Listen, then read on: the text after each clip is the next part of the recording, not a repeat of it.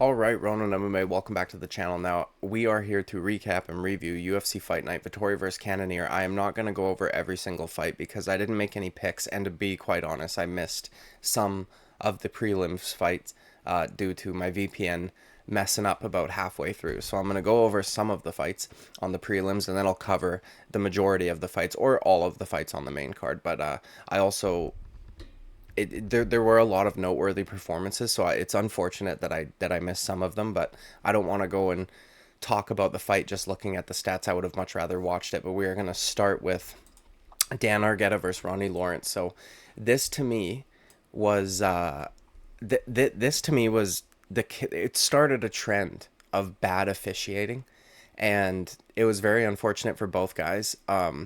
One, because I'm sure Ronnie Lawrence felt like, I wasn't going to tap. I was going to get out of that guillotine. And Dan Argueta had that stuff. Like, he had that shit locked in. You know what I mean? I don't think Ronnie Lawrence was getting out. And I think Ronnie Lawrence, within the next couple seconds, was either actually going to go to sleep or he was going to end up tapping. His hand was there and ready and prepared to tap. He wasn't trying to fight the hands or anything like that. He had his hand outstretched, wide open, like you would be if you were about to tap. Keith Peterson in bad. And you know what, dude, I'm gonna say this: if Keith Peterson is there reffing, because he's not there reffing every single event, but he does seem to be there for a lot of the Vegas ones, a lot of the Apex cards, Dominic Cruz should not be commentating. Put him on the ones that Keith Peterson won't be on, because every single time Keith Peterson makes a decision of any kind whatsoever, we either get the vitriol spewing from Dominic Cruz, or we get him, condescendingly praising him for actually making a good call for once, because he is still salty about what is, in my opinion, a perfectly fine stoppage against Henry Cejudo. And I wish to God he would just shut the fuck up about it, okay? Dominic Cruz was unbearable to listen to last night, in my opinion, and that was one of the reasons why. Every single time Keith Peterson did something, there was a fight later on in the night where he goes, "Oh yeah, good ref call," or "good ref job," or something like that, because he stopped the fight when Dominic Cruz approved of him stopping the fight. But anyways, dude, Keith Peterson goes to check the guy's hand, Ronnie Lawrence's hand, to see if he's asleep.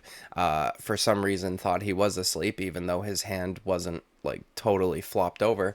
And from him grabbing it and pulling it to check on the kind of bounce back, like the elasticity of it, it hit Dan Argueta one time, and Keith Peterson stopped it and then justified, and also gaslit the fuck out of Ronnie Lawrence and told him that he tapped twice, which he didn't do. So that was very unfortunate, because I feel as though Dan Argueta was kind of robbed of a finish.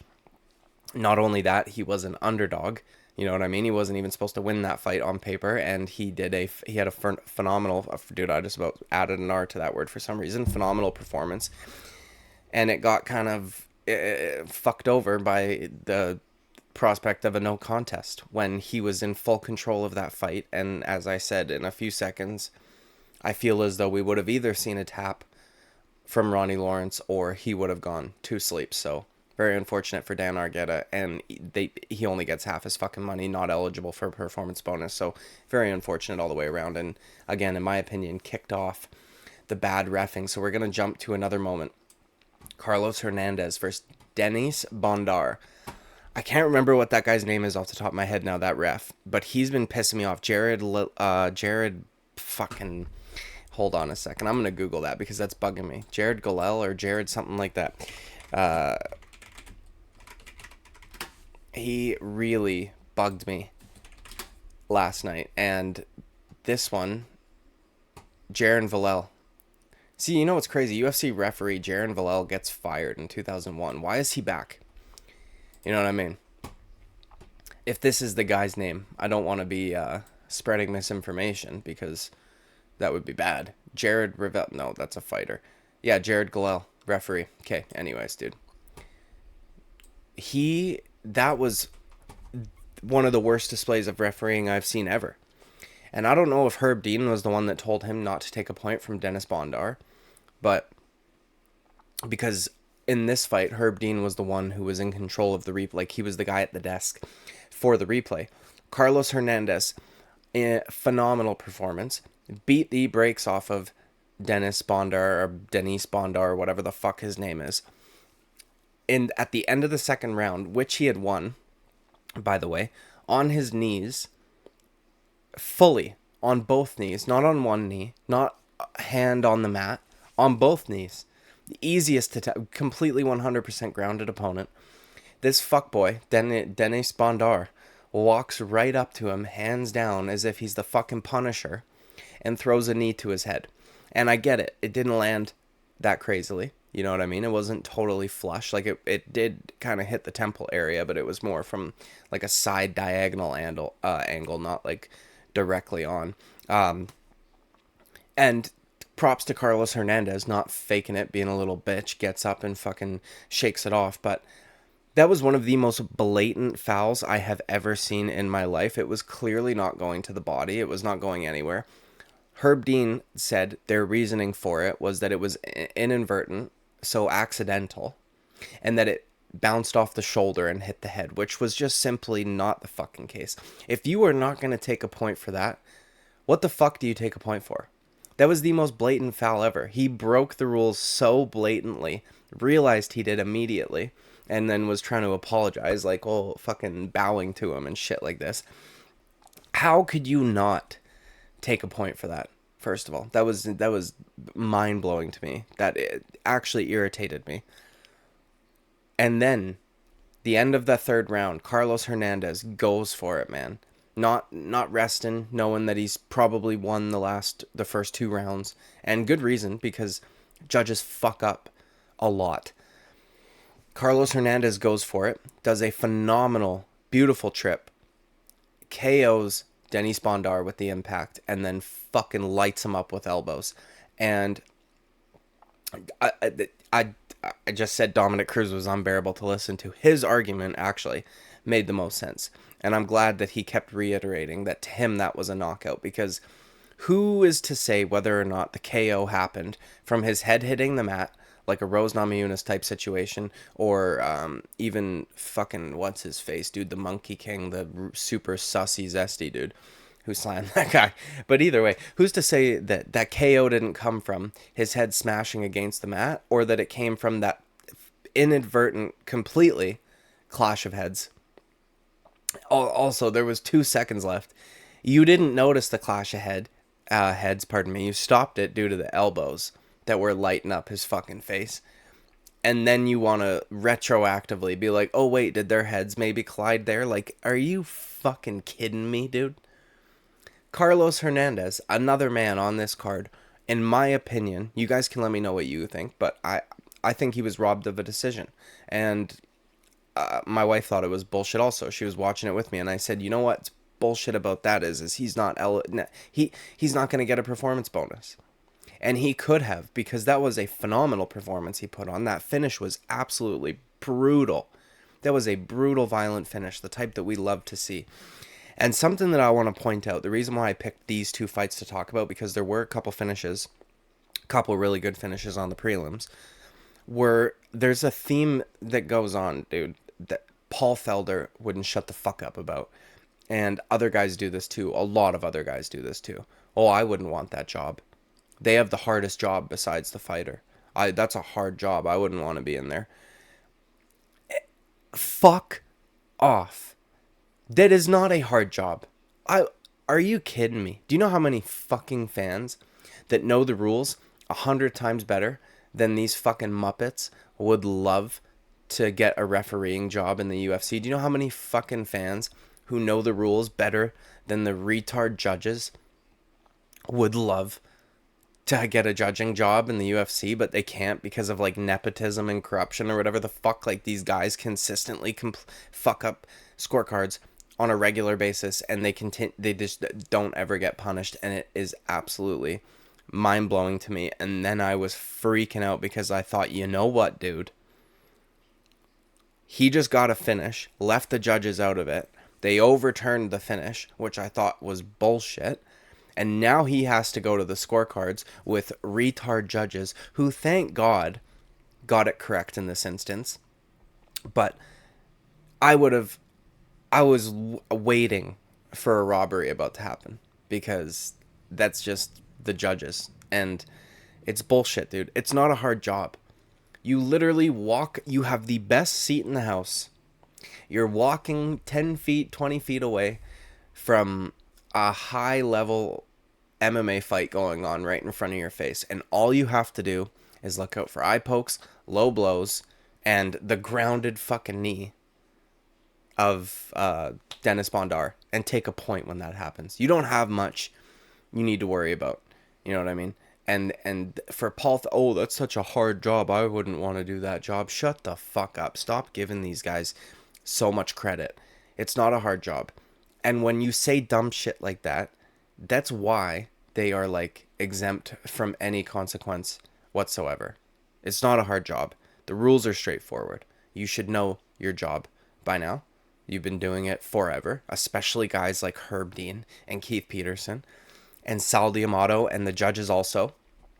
Figure it the fuck out. You've been here. You're getting paid. You know what I mean? I don't care what you're getting paid. That's dude, I would do that. How long are they usually there for? The fight started at fucking 4. Went until about 10, 6 hours. Bro, give me $300. I'll do that fucking job. Easy. No problems.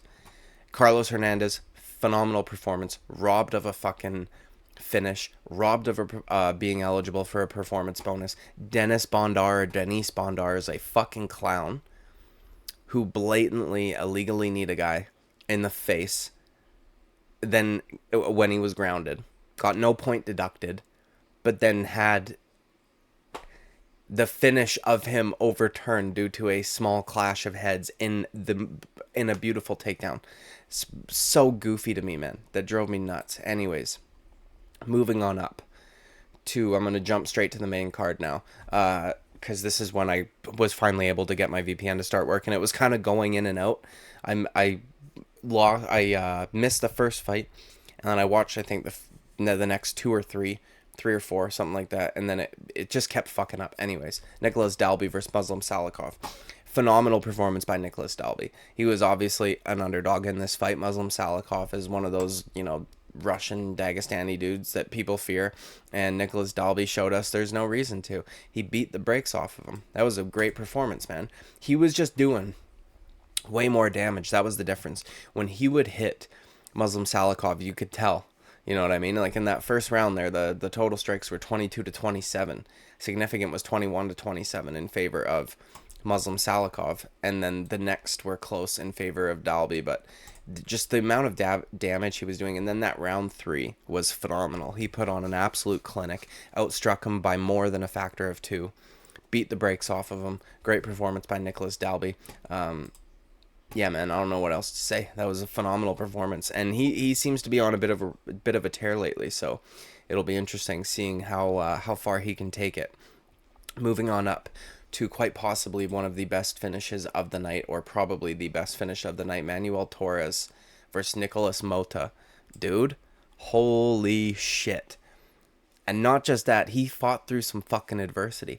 That elbow was phenomenal. That was one of the best step-in elbows I have ever seen. The timing of it, the accuracy, the location where he landed it, sent Nicholas MOTTA flying.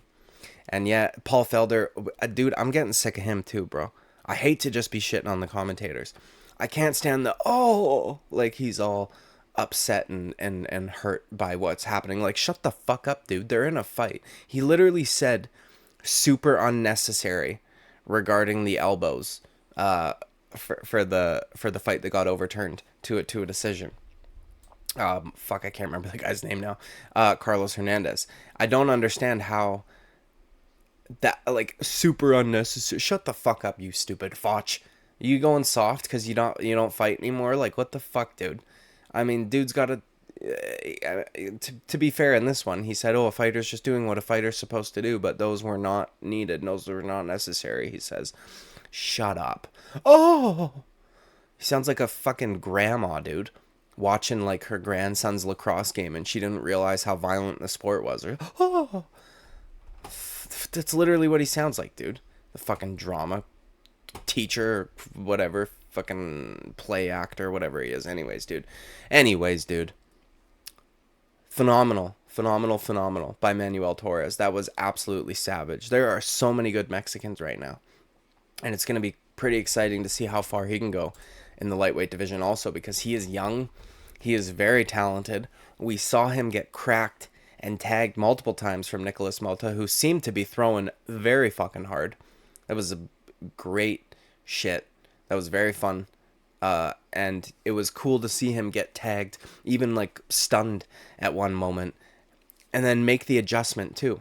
Because I think Dominic Cruz said it pretty well. Like, he realized that he was meeting him in the middle. Manuel Torres seemed to be a little bit longer in terms of reach than Nicholas MOTTA. So, but instead of staying on the outside where he was getting tagged, he stepped in and met him there with that elbow, and that was just fucking beautiful. That should probably be up for one of the KOs of the year, in my opinion, just because of the impact that it had. And how perfect it landed, the step in, all of it. Moving on up, Pat Sabatini versus Lucas Almeida. Good performance by Pat Sabatini. Just completely wrestle fucked Lucas Almeida, who had absolutely nothing for him. The full fight, dude, take a listen to these stats. 88-3.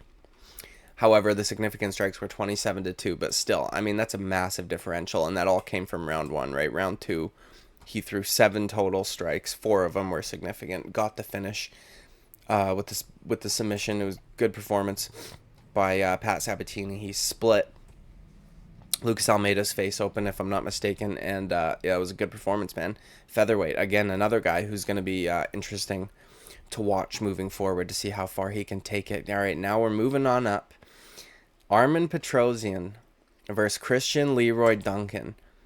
This guy had so much hype on him, and something that I noticed is that when he's fighting a guy who actually has good striking, who has good fundamentals, you can see how poor his striking is, or at the very least aspects of his striking. So his strike choice, for instance, I found to be horrible. Those spins that he does are not good. First of all, there's nothing setting them up. His opponent won't even be headed in the correct direction. So, like, for instance, if I'm standing in orthodox and I want to throw a spinning back kick to the body, right, off of my right leg, which would be my back leg, I want my opponent circling to my left. Like, I want to make him go that way, which wouldn't be too hard because he's going to be circling away from the power side. Christian LEROY-DUNCAN, it didn't matter where Petrosyan was. He was just throwing them. Spinning hook kicks, spinning round kicks, or spinning wheel kicks, sorry, things like that. And Petrosyan was never there, ever. He was just out of the way and then that back turning shit was fucking whack. Don't be doing that, dude. That was horrible. But he kept going back to the well. All of those spins that he threw, you could see every single one of them coming from a mile away, which is why Petrosyan was nowhere near any of them. And that was a great performance by Petrosyan, just using his fundamentals. And he started to open up a little bit more in certain areas. And yes, Christian LEROY-DUNCAN had some success in that third round because it seemed as though Petrosyan kind of took it off. But if you actually look at the statistics, Christian LEROY-DUNCAN still got outstruck in that round. He got outstruck every round. And by round 2, it was almost a factor of 2. You know what I mean? He did not look good at all. And Armen Petrosyan is very good, but I mean, he didn't have a number beside his name, if I'm not mistaken. You know what I mean? And Christian LEROY-DUNCAN, undefeated, has a whole bunch of hype on him. Just got outclassed in every metric available. He was unable to take Petrosyan down. Petrosyan was able to take him down multiple times. That was a great performance by Petrosyan. And Christian LEROY-DUNCAN, I mean, when his coach got angry with him and said, you need to just do the fundamentals, don't be none of this flashy shit, it was like he didn't know how to do that. You know what I mean? He's used to doing all this crazy... Dude, even like his side kicks that he was throwing, his side kicks to the body, they had like no pop on them. Like, you would need your opponent to be rushing in towards you. And a good example would be Wonderboy versus Luque, or Wonderboy versus Masvidal, where he was able to put them on their ass with a side kick. Do you know what I mean? The hook kicks weren't... none of it worked.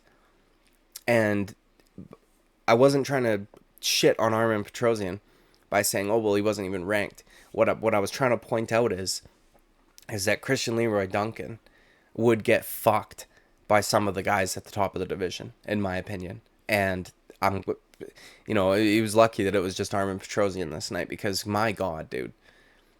I mean, he had almost nothing for him. I don't know. I might be going a little too hard on him, but just considering the hype, the undefeatedness, and then that's how you perform. And when you've got a guy that has a good basic understanding of striking, you can't land any of your fancy shit, shows that you have to, if you're going to throw that shit fine, you have to set it up first. And every single striking coach will tell you that.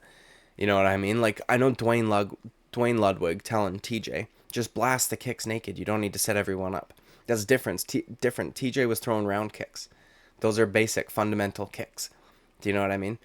But to throw a crazy, like, spinning hook kick or a wheel kick or a spinning back kick, like, you've got to set it up a little bit. And you also have to have... He needs to work on the tell, because you could tell he was loading his hips like 4 seconds before he would throw it. And he would even take, like, a couple steps before he would finally unleash the kick. But great performance by Armen Petrosyan. And Christian LEROY-DUNCAN's going to have to, I guess, fight more or less bottom feeders for a little while before he's able to continue his way up the division. Moving on up, Arman Tsarukyan versus Joaquin Silva. What a fun fight this was, man. You know what I mean? Aside from that first round where Arman just kind of controlled him, and I'm not trying to shit on grapplers, because that was phenomenal grappling, and the control that he's able to get and all of that shit is cool to watch. It's cool to watch him transition when his opponent tries to get back up or improve their decision, or their position, pardon me. But wow, Joaquim, I think is how they were saying his name. I assumed it would have been Joaquim, but I think they were calling him Joaquim or something like that.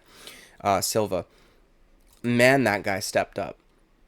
I mean, dude, is that like the closest Arman Tsarukyan's been to being finished? I could be mistaken, but he hurt him bad, and that was crazy to watch, man. And credit to Tsarukyan, because he was able to, on like very short order, get that takedown. He's been KO'd once before in 2015.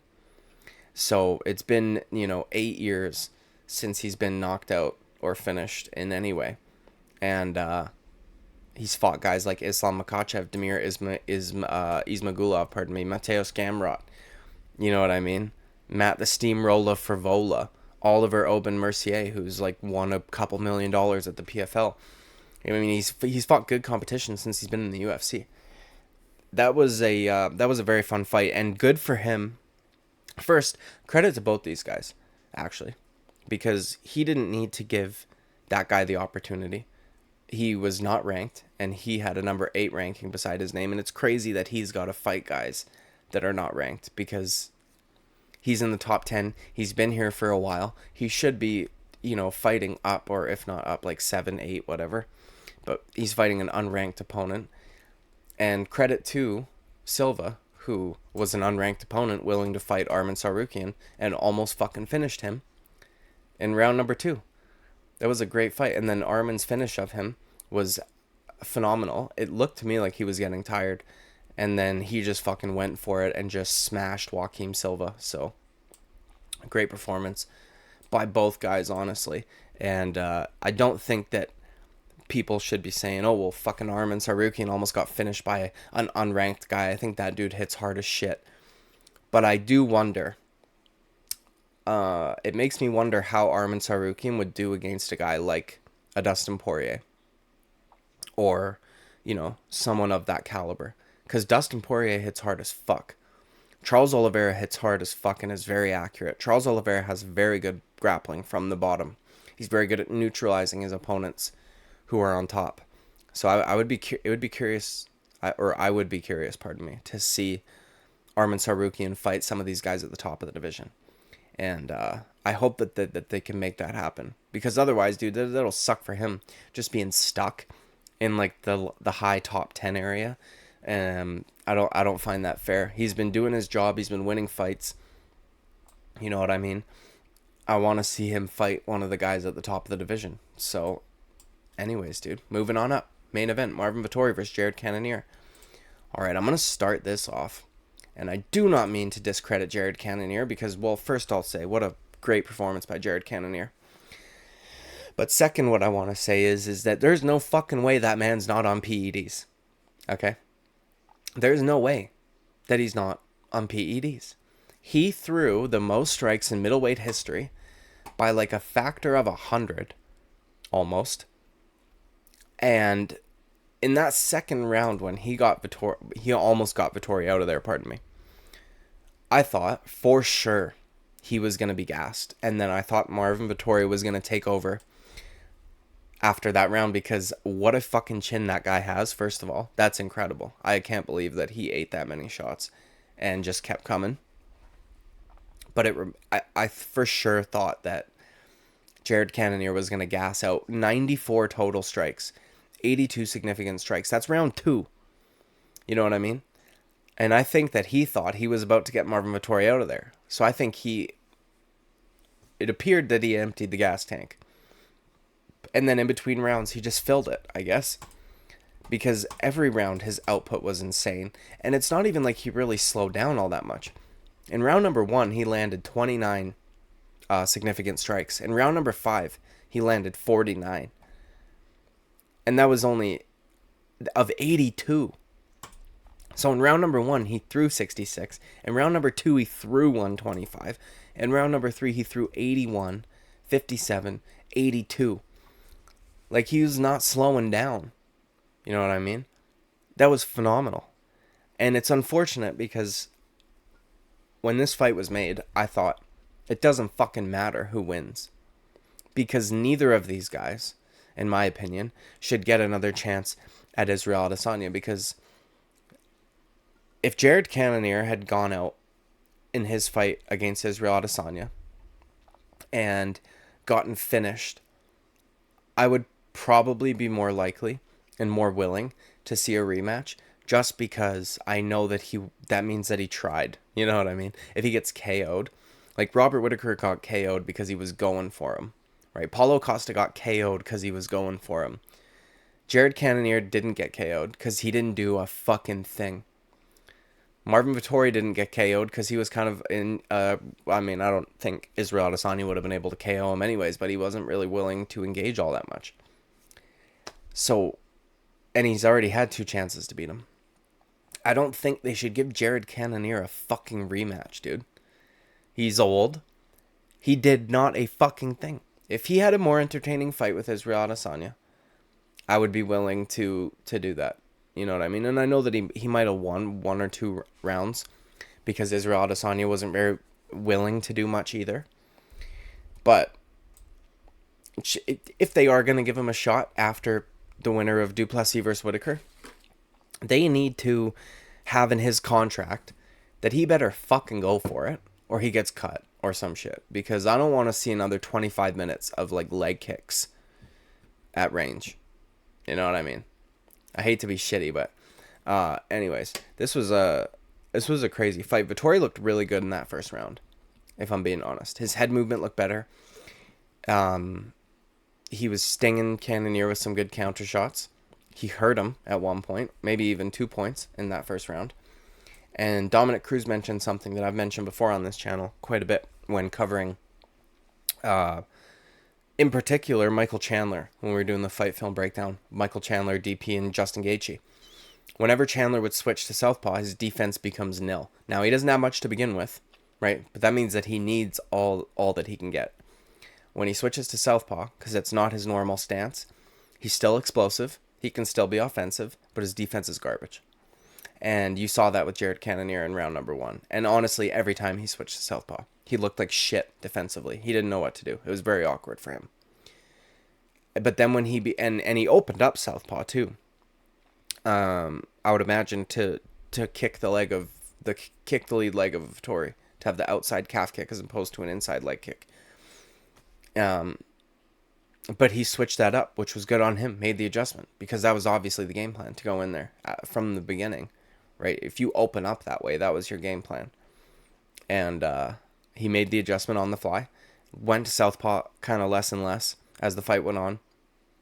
Just continuously hurt Vettori. That moment when Vettori fell to his back in round number 2 was very strange to me, because it was off of a leg kick. And then the way that he laid there, as if he's Charles Oliveira, and Jared Cannonier was just going to back away and let him up because he's afraid to engage with him on the ground, was goofy. Because Jared Cannonier is very dangerous from top, especially when because you've got gravity on your side, right? His ground and pound's vicious. I've never seen Vettori like throw up a fucking slick armbar or why, or a triangle. Why are you acting like you're Charles Oliveira and people are gonna be too afraid to come to the ground with you? And then obviously he wasn't, right? Cannonier was not afraid, and then he went to the ground with him and beat the brakes off of him down there, and then it appeared that he was actually hurt. But I don't know why he wouldn't get back up. That was very strange to me, that he wouldn't get back up. He has literally one triangle choke back in 2014, so I apologize to Marvin Vettori for calling out his ground game from bottom, but either way, dude. Cannonier just looked better and better as the fight went on. Vettori's not very good. Neither of these guys are very good, and I hope that neither of them get a title shot immediately. This was why I wanted them to match up like Sean Strickland and Marvin Vettori. Because at least if Strickland wins, he's a fresh matchup who just beat like the number 3 ranked guy or something. You could easily argue a title shot for him, but whatever. Strickland fights in a couple weeks anyway, so we'll see. But that's the end of this recap / review. So like and sub, I would greatly appreciate it, and I will see you at the next one. Bye-bye.